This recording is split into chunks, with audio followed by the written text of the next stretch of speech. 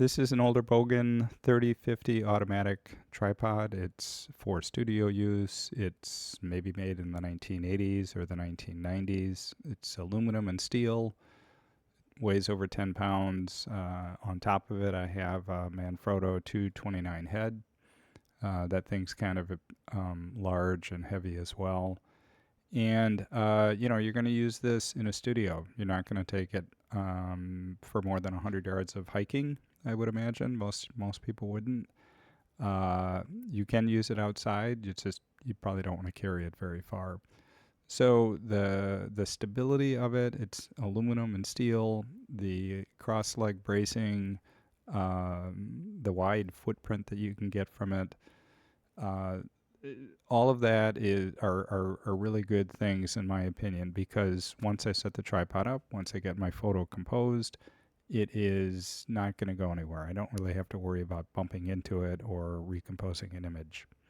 So from that standpoint, it saves me a lot of time. Uh, and the 3050 used, this one was $20. I bought it locally. And you could probably buy them for under 100. I think I paid about 60 for the head, and I bought that used as well. And that, the whole thing is under $100. The older ones you can find in with different configurations for the legs. So if you come across a Bogen 3030 or a Bogen 3040, I'm not sure if I mentioned this, but the new version of this is called a Manfrotto 475B. They're all different variations of the tripod that you're looking at here. On this one, it has a unique feature in that you can deploy the bottom section of the legs by pressing some levers, and I'm going to show that a little bit later. On the other ones, maybe the 3030 or the 3040, I'm not entirely sure. It might have more of the traditional types of leg locks that you're used to seeing that would deploy the bottom section of the legs. And while we're talking about the legs, at the very bottom there are spikes, and you can retract the spikes. There's a little screw that allows you to expose the spike if you're outside, or hide it if you're inside.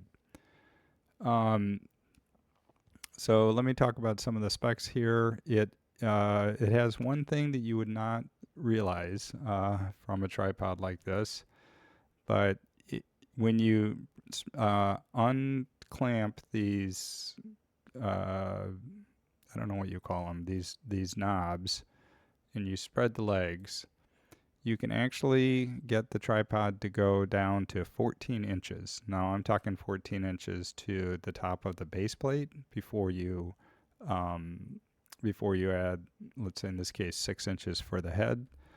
And that's just, crazy to me that you could get it down to that, level. And these leg braces that pop out obviously allow you to spread the legs independently. So if you're on a hill, or if you have stairs, or if you're not on an even surface, you can get it to be spread out.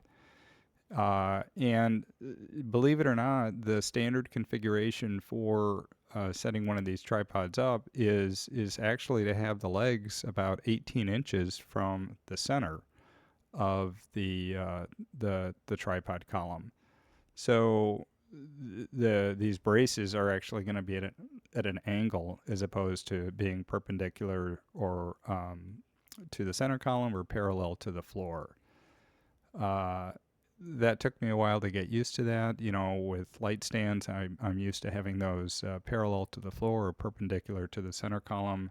But it doesn't take a lot of base or footprint in order to make this a really solid tripod. And these are really super easy to work, and I don't even worry about trying to get the head of the tripod leveled out.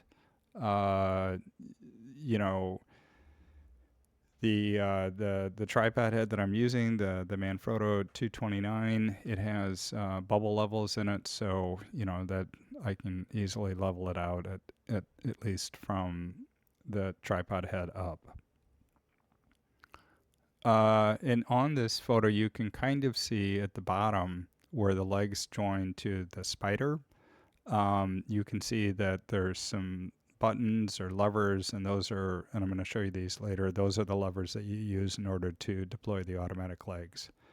The other thing you should note here is that this is a geared center column. And, a lot of times with the tripod, people are going to tell you, don't put the center column up. But, when I do put it up, and it's a great feature. It allows me to get the composition easily and quickly without having to readjust the legs. And it's sturdy. The whole thing is really sturdy. So, you can crank it up. The crank handle can fold in. That's a nice feature. You want to lock it in. There's a locking knob you can see on the right here. And when you want to take it down, there's a little lever that you push on the spider that, and then you just wind it down. So you can wind it up and it sort of stays put even if you don't lock it with the locking knob, but you have to use the lever in order to take it down. That, it's kind of standard for these geared heads. It's super well made.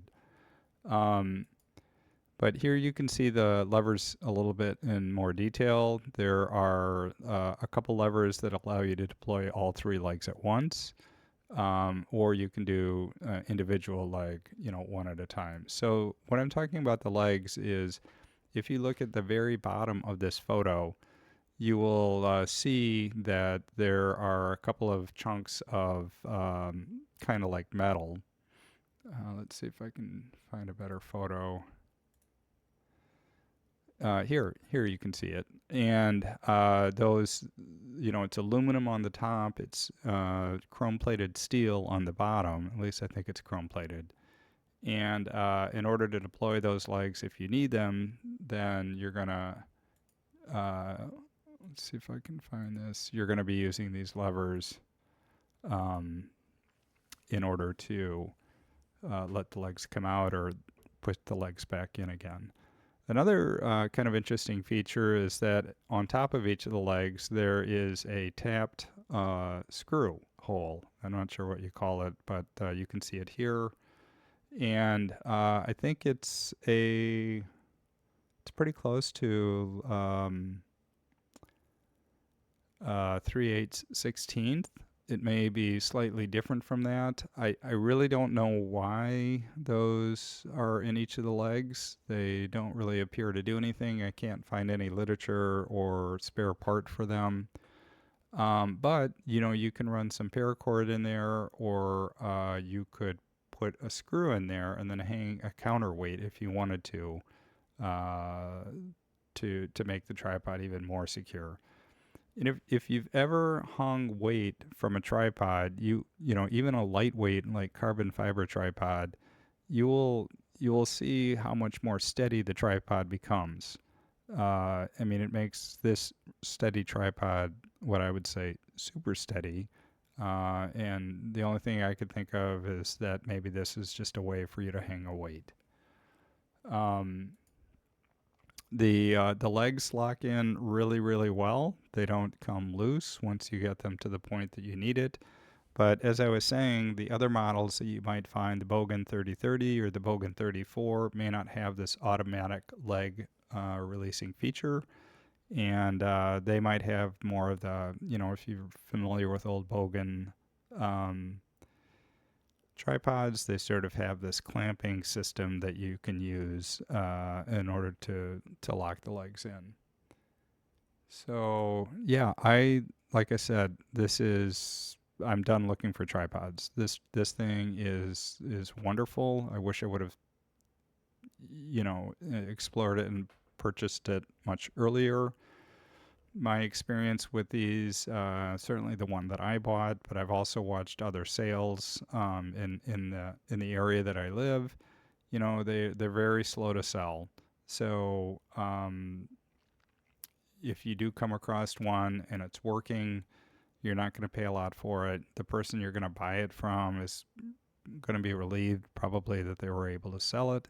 And if you enjoy doing studio work, methodical work, then these are quite nice. Even the new one, the Manfrotto 475B, which is around I think maybe $500 or $600, just for the legs, is, in my opinion, would be a great tripod